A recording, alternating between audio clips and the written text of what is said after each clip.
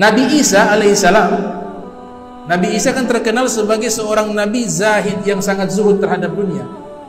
Ini kisah diriwayatkan oleh Al-Habib Abdullah Al-Haddad, pengarang Ratibul Haddad, dalam kitabnya Risalatul Mudzakarah, nama kitab beliau.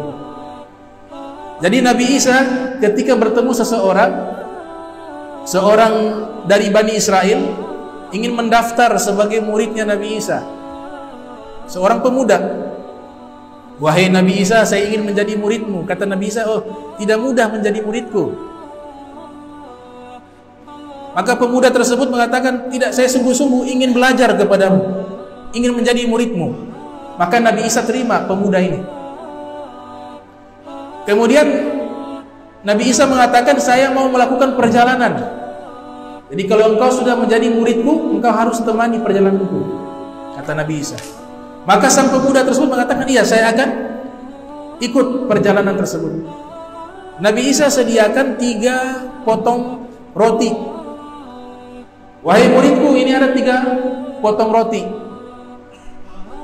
Kita sebentar makan, 1 potong untuk saya dan 1 potong untukmu. Adapun yang ketiga, potongan ketiga ini kita simpan untuk bekal. Itu Nabi Isa katakan kepada calon muridnya. Maka setelah itu Nabi Isa mengatakan, saya ada hajat, mau keluar sebentar, tolong kau jaga ini makanan. Nabi Isa keluar sebentar, kemudian Nabi Isa kembali, ternyata roti sudah tinggal 2. Roti tinggal 2, padahal tadinya 3. Nabi Isa katakan, wahai muridku, roti kok tinggal 2? Kata murid, oh, saya tidak tahu, dari tadi hanya ada 2. Dari tadi hanya ada 2. Berarti dia sudah berbohong kepada Nabi Allah Isa alaihissalam. Baik, Nabi Isa tidak mempermasalahkan itu. Mereka lanjut perjalanan. Di tengah perjalanan ketemu seorang buta. Ada orang buta. Nabi Isa berdoa kepada Allah, kemudian diusap mata orang buta tersebut, sembuh. Itu disebutkan dalam Al-Quran. Nabi Isa punya mukjizat, bisa menyembuhkan orang-orang sakit. Bahkan orang yang sudah mati, dengan izin Allah beliau bisa hidupkan, sebagai bentuk mukjizat. Nabi Isa katakan, wahai muridku, engkau sudah lihat mukjizat ini? Iya, luar biasa, orang buta bisa sembuh. Baik, sekarang saya tanya, roti yang potongan ketiga itu kemana? Pemuda itu mengatakan, atau murid itu mengatakan, oh, saya tidak tahu. Lanjut lagi perjalanan, lewat satu sungai. Nabi Isa memegang tangan sang murid, kemudian mengatakan, baca dengan nama Allah, Bismillah. Maka dibaca Bismillah.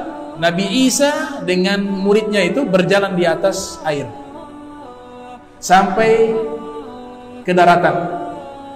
Setelah itu Nabi Isa katakan, wahai muridku, bagaimana kau melihat ini? Allah sudah tunjukkan mukjizat.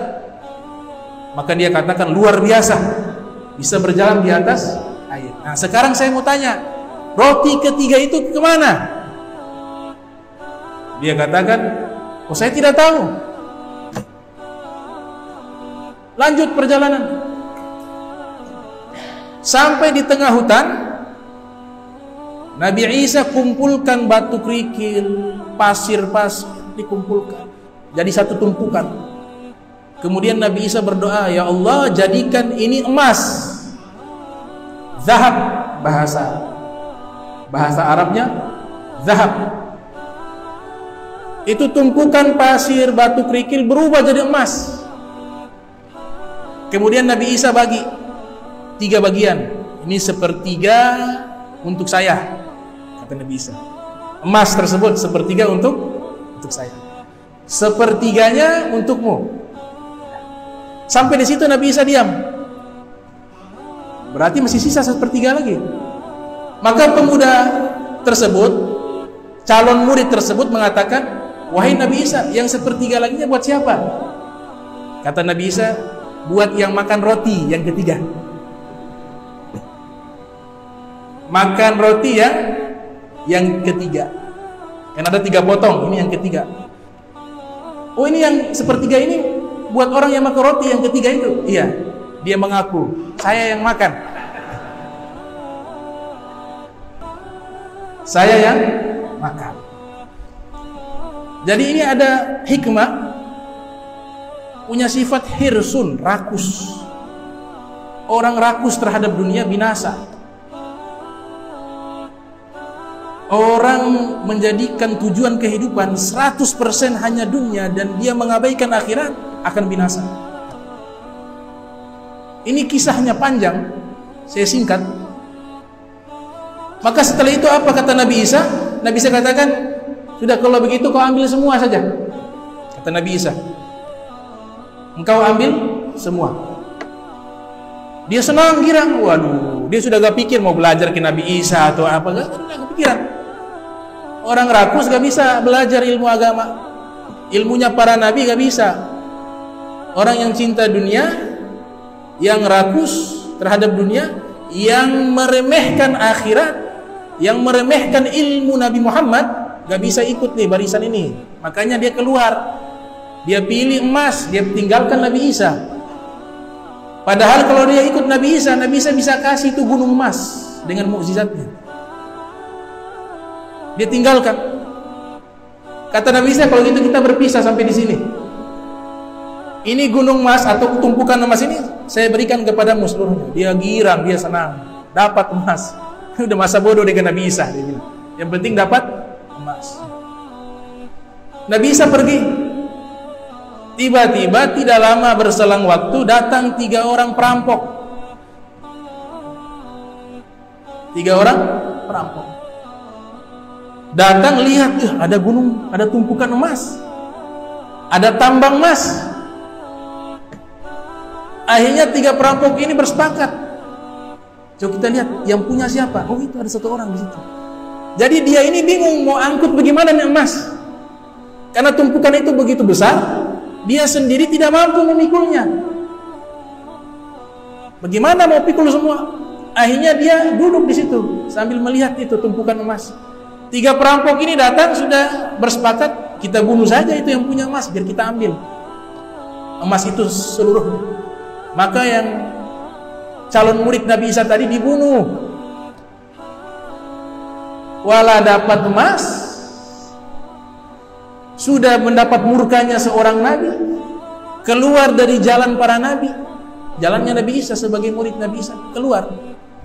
Tidak jadi muridnya Nabi Isa. Dibunuh dan bangkainya dibiarkan di situ karena di tengah hutan.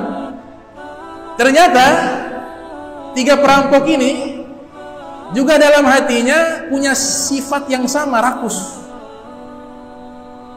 Mulai 2 berbisik, ini bagaimana?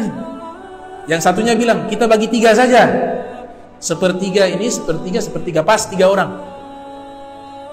Kemudian 2 perampok ini berbisik, wah ini kita dapat sedikit kalau sepertiga, bagaimana kalau kita bunuh saja dia, biar kita bagi 2. Nah mulai, bagaimana caranya?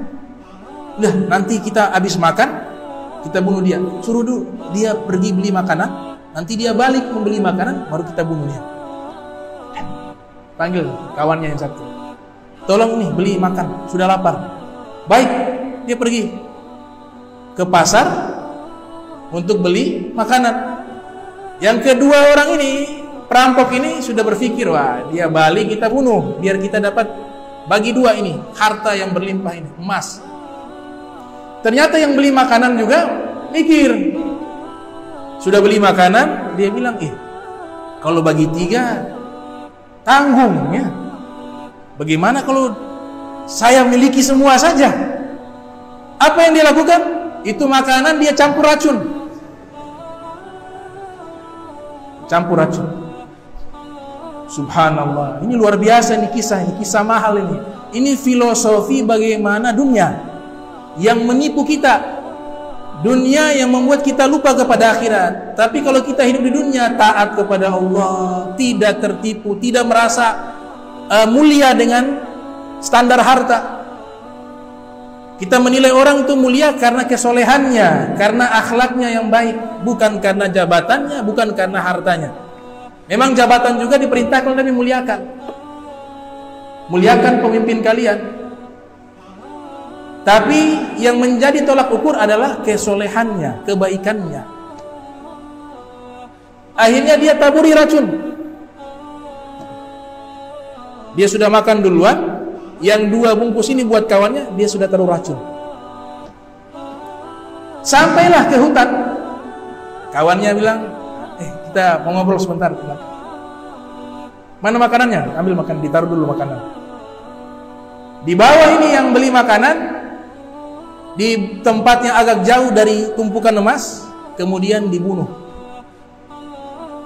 Jenazahnya ditarik lagi, ditumpuk dengan jenazah orang tersebut yang dibunuh tadi. Udah, mereka girang, kita bagi 2 ini. Bagi 2, kita dapat emas yang berlimpah ini. Ya. Nah, sebelum kita bagi 2, ini lapar nih, kita makan dulu. Akhirnya dua-duanya makan. Ketika sudah makan, selesai kenyang, belum sempat mereka sentuh itu emas, dua-duanya terkapar mati karena racun. Jadi siapa yang memiliki emas? Gak ada. Hakikatnya harta yang kita miliki di dunia ini sebenarnya tidak bisa kita miliki secara hakikat.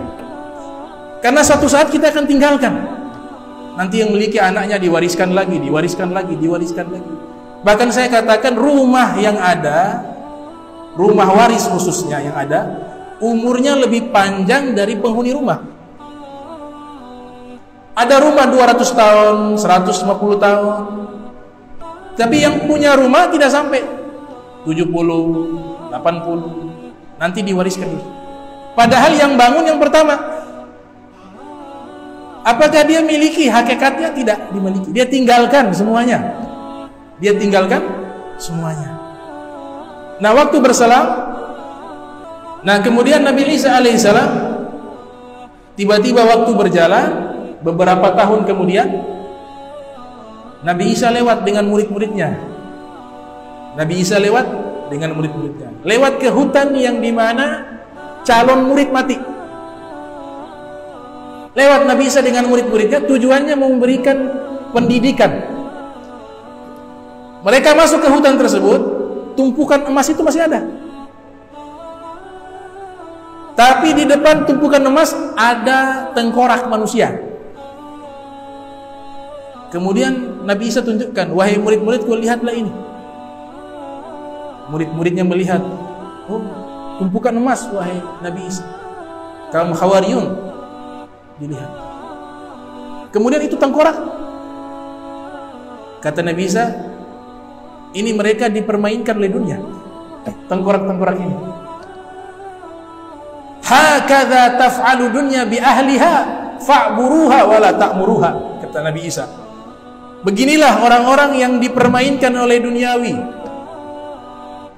Ini emas dia tidak dapat, yang ada apa? Seluruhnya saling bunuh dan mati. Ujung-ujungnya apa? Jadi bangke, jadi tengkorak, jadi tulang.